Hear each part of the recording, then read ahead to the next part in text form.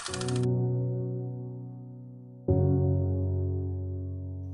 friends, welcome to Priyanka's adventure. Subscribe, like and press the bell icon. नमस्कार दोस्तों, स्वागत है प्रियंकास एडवेंचर में। आज हम जा रहे हैं एक ऐसी जगह पर जहां इतिहास की परछाइयां और रहस्यमयी कहानियां एक दूसरे से मिलती है। हम बात कर रहे हैं कोलकाता के राष्ट्रीय पुस्तकालय की, जिसके बारे में कहा जाता है कि यह प्रेतवाधित है। क्या सच में यहाँ भूत प्रेत रहते हैं या ये सब सिर्फ अफवाहें हैं? चलिए आज हम इस रहस्य से पर्दा उठाते हैं।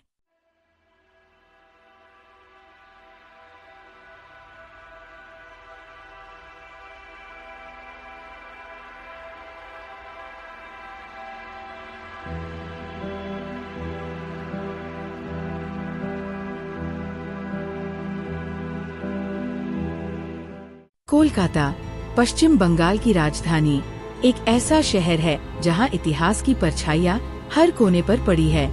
और इस शहर के दिल में स्थित है राष्ट्रीय पुस्तकालय, एक विशाल इमारत जो अपने आप में एक रहस्यमय इतिहास समेटे हुए है। 1903 में स्थापित ये पुस्तकालय पहले इंपीरियल लाइब्रेरी के नाम से जाना जाता था।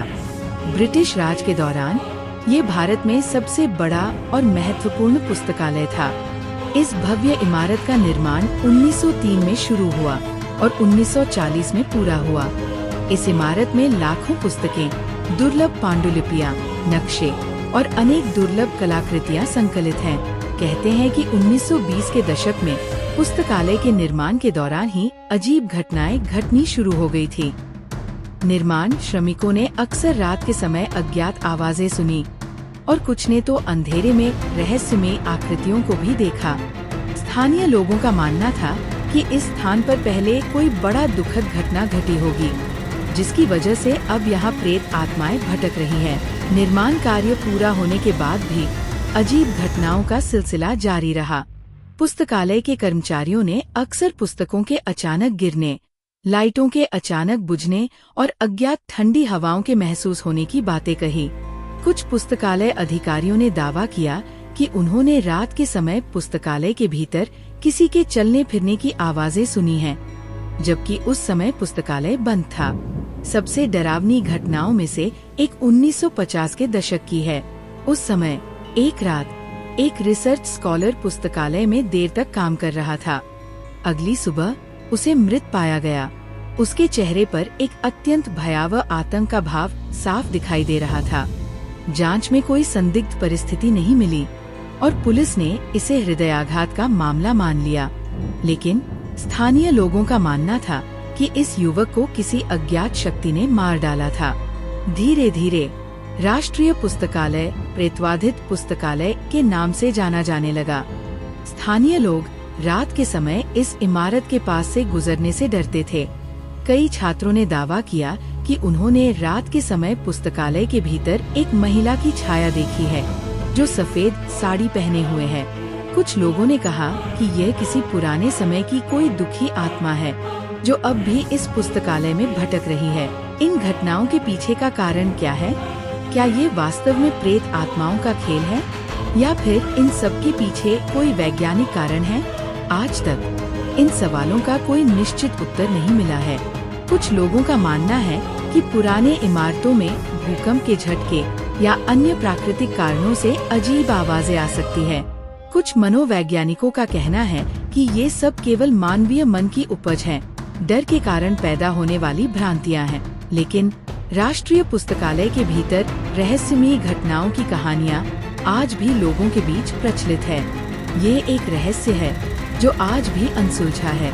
एक रात एक युवा इतिहासकार आर्य राष्ट्रीय पुस्तकालय में देर रात तक शोध कार्य कर रहा था।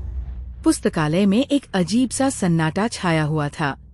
आर्य ने पुस्तकों की पंक्तियों के बीच से गुजरते हुए अचानक एक ठंडी हवा का झोंका महसूस किया। उसके रोंगटे खड़े हो गए। उसने चारों ओर देखा, लेकिन कुछ भी दिखाई नहीं दिया। उसने अपना काम जारी रखा, लेकिन उसका मन अशांत था। अचानक उसने एक धीमी सी सांस लेने की आवाज सुनी। वह आवाज धीरे धीरे करीब आ रही थी। आर्य ने सांस रोक ली और ध्यान से सुना। आवाज पुस्तकों की एक विशाल पंक्ति से आ रही थी। हिम्मत जुटाकर आर्य धीरे धीरे उस पंक्ति की ओर बढ़ा।